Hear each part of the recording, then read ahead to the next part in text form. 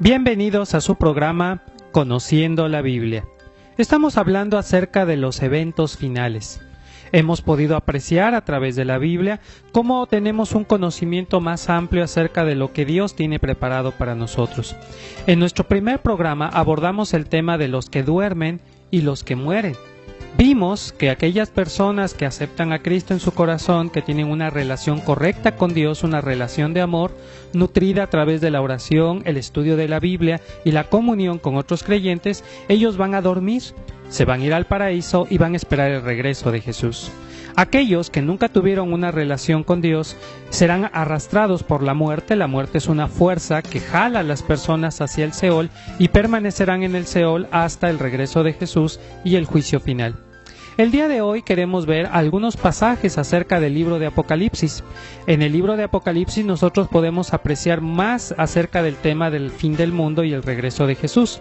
No lo vimos antes, el libro de Apocalipsis, porque primero queríamos ver aquellos pasajes que se interpretan de una manera más sencilla, más literal, y poder tener una idea más clara acerca de los eventos finales.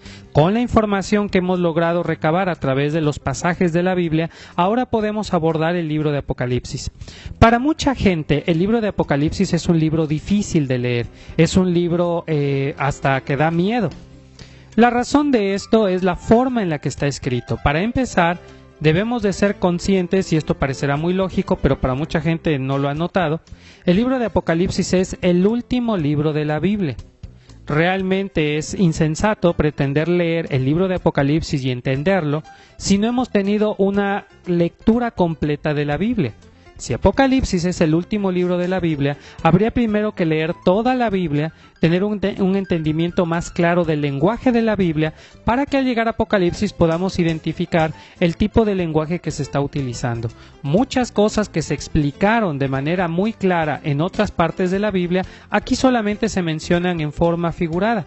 Por eso mucha gente no entiende el Apocalipsis o lo interpreta mal, porque no está tomando en cuenta el mensaje completo de la Biblia.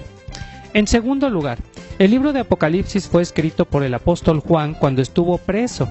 Cuando hubo una persecución de cristianos en el área de Éfeso, Juan, que era pastor en la iglesia en Éfeso, fue llevado preso a una isla. Era una isla como Alcatraz, ¿verdad?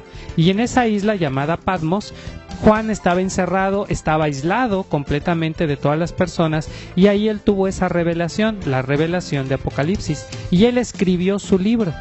Esta carta que él escribió, Apocalipsis, la iba a enviar a los hermanos en Éfeso y en otro grupo de iglesias, en total 7 iglesias, que es el tema de los primeros capítulos de Apocalipsis. ¿Cómo podía Juan escribir una carta que pudiera salir de la cárcel y llegar hasta esas comunidades? Era obvio que las autoridades carcelarias de Roma iban a leer ese documento antes de permitir que saliera de Patmos y llegara a las iglesias. Así que Juan tuvo que escribir en un lenguaje cifrado, tuvo que utilizar símbolos que al leerlo las autoridades romanas no lo pudieran entender, pero que al leerlo sus hermanos en las iglesias lo pudieran entender con mucha facilidad. Entonces debemos entender que lo que tenemos en Apocalipsis es un lenguaje cifrado, es un lenguaje simbólico. No es tan difícil de interpretar como pareciera a primera vista, pero sí debemos entender que cuando la Biblia habla de estas figuras, se está hablando de cosas que la gente de su época podía entender a la perfección, sin mayor interpretación. Ese es el problema por el cual muchos ven en Apocalipsis cosas raras que no tienen nada que ver con el mensaje de la Biblia. Juan estaba escribiendo para las iglesias de su época, y muchas de las referencias que hace son al Imperio Romano, que habría de pagar por perseguir a los cristianos. Sin embargo, igual que todos los libros proféticos del Antiguo Testamento, no solamente describen eventos de aquella época, sino también eventos que habrán de suceder muchos siglos después. Vamos a ver algunos pasajes del libro de Apocalipsis que nos ayuden a complementar como piezas de rompecabezas todo lo que ya estamos sabiendo acerca de los eventos finales. Vamos al libro de Apocalipsis, capítulo 14.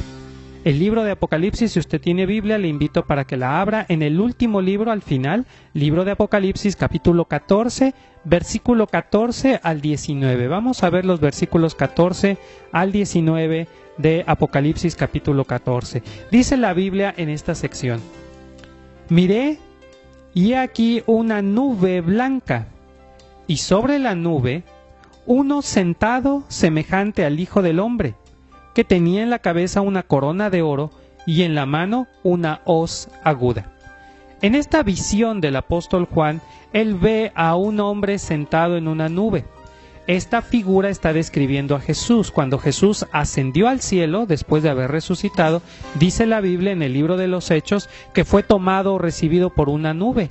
Unos ángeles se aparecen a los apóstoles que estaban mirando al cielo y les dicen: ¿por qué miras al cielo? Así como vieron a Jesús que ascendió y fue tomado en una nube, así también va a regresar. Aquí obviamente Juan ve a Jesús como un rey, pero también lo ve con una hoz. La hoz es un instrumento para poder cosechar. Versículo 15. Y del templo salió otro ángel, clamando a gran voz al que estaba sentado sobre la nube: mete tu hoz y siega, porque la hora de segar ha llegado, pues la mies de la tierra está madura. Del templo, que está en el cielo, de acuerdo a la descripción de Apocalipsis, sale un ángel que da la orden, obviamente una orden de parte de Dios Padre, porque ha llegado el momento de la cosecha. Este es el evento que en Primera de Tesalonicenses capítulo 4 nosotros tenemos como el regreso de Jesús. Cuando leímos el pasaje de Mateo vimos que cuando venga Jesús, Él enviará a sus ángeles a toda la tierra para recoger a todos los verdaderos creyentes. En el Evangelio de Juan, capítulo 4, después de que Jesús habló con la mujer samaritana, los apóstoles vienen a Jesús y le piden que coma algo. Jesús entonces, alzando la mirada, les dice: ustedes dicen que faltan 4 meses para la cosecha, pero yo les digo que vean los campos que están listos para la siega y que es hora de cosechar. Obviamente Jesús estaba refiriéndose a la gente que venía desde la ciudad, atraídos por esta mujer samaritana y que venían a oír a Cristo Jesús. Para Jesús, las personas, el conjunto de personas que desean escucharlo, son como la mies, como el trigo que ya está maduro y que va a ser cosechado. Así que esta cosecha que se menciona aquí es en la segunda venida de Cristo, su regreso triunfal, cuando todos los verdaderos creyentes van a ser arrebatados para estar con Jesús en el aire. Versículo 16. Y el que estaba sentado, o sea Jesús, sobre la nube, metió su hoz en la tierra y la tierra fue segada. Es el regreso de Jesús. Jesús viene y cosecha, hace la gran cosecha para levantar a todos los verdaderos creyentes. Ese es el evento de la segunda venida de Cristo y nuestra reunión con Él. Versículo 17. Salió otro ángel del templo que estaba en el cielo, teniendo también una hoz aguda. Y salió del altar otro ángel que tenía poder sobre el fuego, y llamó a gran voz al que tenía la hoz aguda, diciendo: mete tu hoz aguda y vendimia los racimos de la tierra, porque sus uvas están maduras. Fíjense, para recoger a todos los verdaderos creyentes, Jesús en persona viene para realizar la gran cosecha, que realiza a través de sus ángeles. Pero ahora sale otro ángel, ya no es Jesús, es otro ángel que también tiene una hoz, pero ahora no se menciona la mies, o sea el trigo maduro. Ahora lo que se mencionan son uvas, haciendo una distinción entre el trigo y las uvas. El trigo vendría representando a los hijos de Dios. Se parece a una parábola, ¿recuerdan las parábolas en las que el mensaje estaba también cifrado? Y las uvas representa a aquellos que no aceptaron a Cristo y también son cosechados en una segunda cosecha. Versículo 19. Y el ángel arrojó sobre su hoz en la tierra y vendimió la viña de la tierra y echó las uvas en el gran lagar de la ira de Dios. El gran lagar de la ira de Dios. Obviamente la descripción es de cuando se cortan los racimos de uva y se ponen en esa gran tinaja donde después empiezan a aplastar las uvas para sacar el jugo de la uva. Y aquí se describe el juicio final sobre los inconversos, sobre los que no son creyentes. Inconverso es una palabra que significa que no se ha convertido, que no ha dado este cambio en su vida. El cambio en la vida se da por haber conocido a Cristo Jesús. Así que el libro de Apocalipsis nos habla de 2 destinos. Hay solamente 2 destinos para los seres humanos: estar en el trigo o estar en las uvas, ser cosechado por Jesús o ser cosechado por el ángel. Bendición, condenación. Bien, vamos a ver qué le pasa a las personas que han aceptado a Jesús y que Jesús viene por ellas. En otros programas tuvimos la oportunidad de ver lo que va a suceder antes del fin del mundo. En 2 de Tesalonicenses capítulo 2 tuvimos la oportunidad de ver lo que va a suceder antes del fin del mundo. Ahora vamos a ver lo que va a suceder después del fin del mundo, después de que Jesucristo venga y nos lleve a todos los verdaderos creyentes. ¿A dónde nos vamos? ¿Qué va a suceder? Vamos a ver algunos pasajes que nos hablan de esto. Tenemos una primera descripción en Apocalipsis capítulo 7. Vamos a buscar en nuestra Biblia Apocalipsis capítulo 7, los versículos 9 al 17. Apocalipsis capítulo 7, versículos 9 al 17. En este pasaje tenemos una descripción muy hermosa de todos estos creyentes que han sido cosechados para estar en la presencia de Dios. Dice, después gran multitud, mucha gente, dice el versículo 9, seguimos leyendo versículo 9, de todas las naciones y tribus y pueblos y lenguas que estaban delante del trono en la presencia del Cordero, el Cordero es Jesús, vestidos de ropas blancas y con palmas en las manos. Juan ve una gran multitud integrada de todos los grupos étnicos del mundo y de todos los idiomas del mundo. Quiere decir que cuando estemos allá en el cielo, en la presencia de Dios, en el momento en el que lleguemos a la presencia de Dios, estaremos de alguna manera organizados por grupos mexicanos, holandeses, chinos, japoneses, y por grupos étnicos, tarahumaras, mixtecos, todas las etnias, cada quien en su propio dialecto, en su propia cultura, en su propia forma de ser. Somos muy diferentes las personas que vivimos en el norte del país, en el centro, en el sur. Cada región estará organizada y de esa manera dice que él vio esta gran multitud que estaba delante del trono de Dios y tenían dos cosas muy importantes, vestiduras blancas. Las vestiduras blancas, como lo vamos a ver en otro pasaje, representan las buenas obras. Efesios capítulo 2, versículo 8 dice que somos salvos por la gracia, por medio de la fe, y esto no de nosotros, pues es un don de Dios. El versículo 9 de Efesios capítulo 2 dice, no por obras, para que nadie se gloríe. Efesios 2, 8 y 9 nos dice que la salvación es un regalo de Dios. Es un regalo que Dios nos da. Este regalo que Dios nos da es algo que nosotros no nos ganamos ni merecíamos. Dios nos da la salvación. Pero el versículo 10 dice, de Efesios 2, 10 dice, que Dios nos ha preparado para que nosotros andemos en buenas obras. No tienes que hacer buenas obras para ganarte el perdón de Dios, para ganarte el favor de Dios, para ganarte la salvación. No tienes que hacer buenas obras. Pero una vez que tú has obtenido la salvación, que tú has obtenido una correcta relación con Dios, entonces ahora sí, tú necesitas realizar buenas obras. No porque tengas que ganarte algún favor de Dios, sino que para eso Dios te llamó. Dios te llamó para que entres en una relación de amor con Dios. Fíjense, es algo así como si tú fueras a visitar a un gran amigo que es panadero. Y llegas a la panadería, ¿verdad? Y estás platicando con él y él te dice, bueno, mira, mientras platicamos, échame la mano, ayúdame en esto, el otro. Estar con Dios es estar trabajando, porque Él está ocupado. El trabajo de Dios en este momento es llevar a más personas a una correcta relación de amor con Él a través de Jesucristo. Así que Dios nos ocupa a nosotros para poder entender y explicar su palabra a más personas. Todo este trabajo que hacemos para Dios, todas estas buenas obras que hacemos, representan esas vestiduras blancas. También dice que tenían palmas en sus manos. Estas palmas son símbolo de victoria.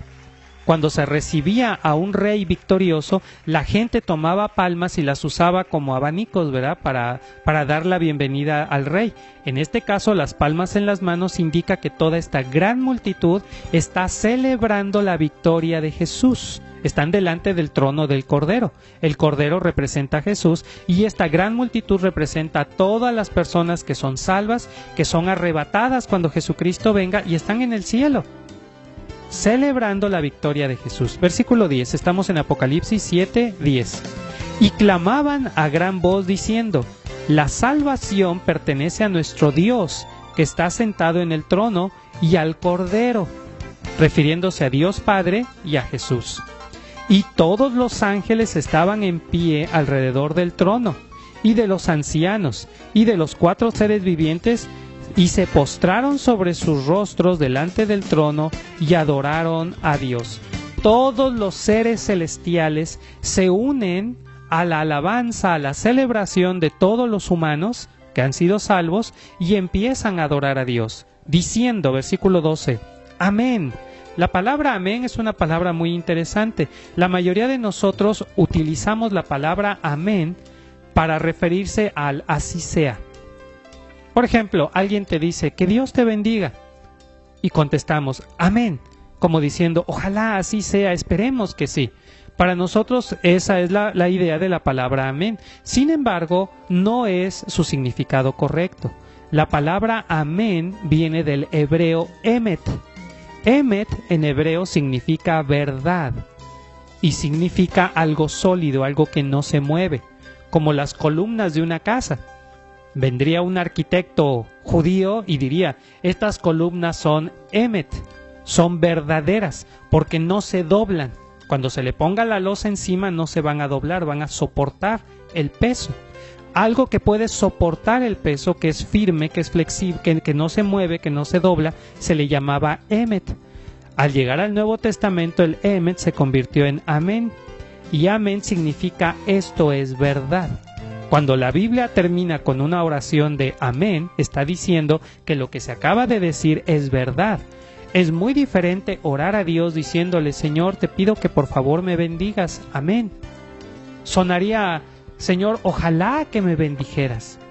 Pero cuando uno ora y dice, Señor, te pedimos que bendigas estos alimentos, y otra persona contesta, amén, está diciendo, así es. Claro que Dios está bendiciendo estos alimentos. El amén es una declaración que confirma que estamos seguros que lo que se acaba de decir es verdad. Y aquí la alabanza comienza en el cielo con un amén, diciendo, versículo 12, amén, la bendición y la gloria y la sabiduría y la acción de gracias y la honra y el poder y la fortaleza sean a nuestro Dios por los siglos de los siglos. Amén. La alabanza de los seres celestiales está dirigida a Dios y a Jesús como reyes. Entonces uno de los ancianos habló diciéndome, estos que están vestidos de ropas blancas, ¿quiénes son y de dónde han salido? Yo le dije, Señor, tú lo sabes. Y él me dijo, estos son los que han salido de la gran tribulación y han lavado sus ropas y las han emblanquecido en la sangre del Cordero. Un diálogo entre un ser celestial que es descrito aquí como un anciano y Juan. El anciano se acerca y le pregunta, ¿quiénes son esta gran multitud de personas? Juan pudo haber contestado, pues a mí se me hace que son fulanito y sutanito, yo pienso que son menganito. Vean la humildad de Juan ante un ser celestial para decirle, tú lo sabes, como diciendo, no voy a ser yo quien lo diga, dilo tú, porque tienes mayor conocimiento. Una de las cosas que hace falta mucho en nuestra sociedad actual es esa humildad de aceptar, ¿verdad?, que otra persona puede saber algo más que nosotros. Hoy que vivimos en una sociedad de mucha soberbia, mucha gente cree saberlo todo. El apóstol Juan ni siquiera quería expresar su opinión acerca de quién era esta multitud. Él ya lo había dicho. Estaba integrada por seres humanos de todos los pueblos, de todas las naciones, de todas las tribus, gente de todo el mundo que había venido a adorar a Dios. Pero la declaración del anciano pretende ampliar esa información. Primeramente dice el pasaje que este anciano le dijo que estos son los que han salido de la gran tribulación. La gran tribulación. En 2 Tesalonicenses capítulo 2 pudimos ver un poquito acerca del anticristo, el hombre de pecado, el hombre de perdición. Allá vimos, y también lo confirmamos en Mateo, que poco antes del fin del mundo, la maldad va a acrecentarse. Van a surgir falsos profetas que van a engañar a la gente. El amor hacia Dios se va a apagar en muchas personas y eso va a generar un ambiente de tribulación. Tribulación significa muchos problemas, mucha persecución, muchas cosas malas que van a venir sobre los verdaderos creyentes. Hoy, muchas personas que de verdad quieren agradar a Dios sienten que es muy difícil agradar a Dios en una sociedad materialista, egoísta y violenta. Pues va a ser peor. Cuando nos acerquemos al final del mundo, va a ser una verdadera tribulación. Pero dice Juan, dice el anciano a Juan, que estas personas que están delante del trono de Dios son los que han salido de la gran tribulación y han lavado sus ropas y las han emblanquecido en la sangre del Cordero. Por supuesto que es un lenguaje figurado, no podemos lavar ropa en sangre porque no saldría blanca. Pero aquí se describe que si las ropas están simbolizando las buenas obras, la vida de una persona, dice que las han emblanquecido en la sangre del Cordero. La sangre de Jesús vive como una ropa blanca. Hagan de cuenta que al nacer usted y yo nacimos con ropas blancas. Cada vez que hacemos algo malo y que nosotros sabemos que es algo malo, es como una manchita negra en nuestra ropa blanca. Para este tiempo, ¿cómo estaría tu ropa? ¿Como un dálmata? ¿Blanco con manchas negras por todos lados? ¿O ya sería como un trapo de limpiar? ¿Ya todo sucio, todo negro? ¿Cómo estarían nuestras ropas? Y la sangre de Jesucristo es lo único que puede limpiar nuestras vestiduras para dejarlas blancas otra vez. Dice la Biblia que estos que están delante del trono de Dios tienen ropas blancas porque las han lavado en la sangre preciosa de Cristo Jesús. Pedro dice en su primera carta que nosotros fuimos rescatados por medio de la preciosa sangre de Cristo Jesús. Jesús derramó su sangre en la cruz del Calvario para limpiarnos de todo pecado. No tienes que hacer tú grandes obras o grandes sacrificios para que Dios te perdone. Dios te perdonó a través de Cristo en la cruz del Calvario. Por eso, Primera de Juan 1.9, anótalo, Primera de Juan 1.9 dice que si confesamos nuestros pecados, Él es fiel y justo para perdonar nuestros pecados y limpiarnos de toda maldad. Puesto que fue Jesús el que murió por nosotros en la cruz, debemos de confesarle nuestros pecados a Jesús. Lee la primera carta de Juan capítulo 1 y verás que ese es el tema que está tratando. Jesús murió por nosotros, Jesús derramó su sangre por nosotros. Confiésale tus pecados a Jesús y Él te va a limpiar de todo pecado. Muy bien, dice el versículo 15. Por esto están delante del trono de Dios y le sirven día y noche en su templo. Y el que está sentado sobre el trono extenderá su tabernáculo sobre ellos. Esta figura tiene mucho que ver con la cultura de aquella época. A diferencia de nuestros templos modernos, la idea del templo en aquella época tendríamos que remontarnos al monte Sinaí cuando Dios dio los planes para el tabernáculo. El tabernáculo es como una carpa de circo, pero es una carpa rectangular. Pero el diseño del tabernáculo consistía en una carpa cerrada y un gran patio.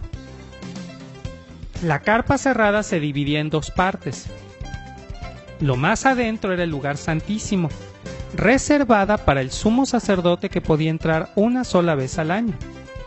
El lugar santo, que era la segunda parte, estaba reservada para los sacerdotes. Ahí los sacerdotes podían orar a Dios. Y luego venía el patio. En el patio podía estar el pueblo adorando a Dios, pero no podían entrar dentro del tabernáculo. Aquí el pasaje dice que están en el templo, obviamente en el patio, adorando a Dios. Pero dice el versículo que acabamos de leer de Apocalipsis que Dios extenderá su tabernáculo sobre ellos. O sea, que Dios los va a meter a toda esa gran multitud, la va a meter dentro del lugar santo.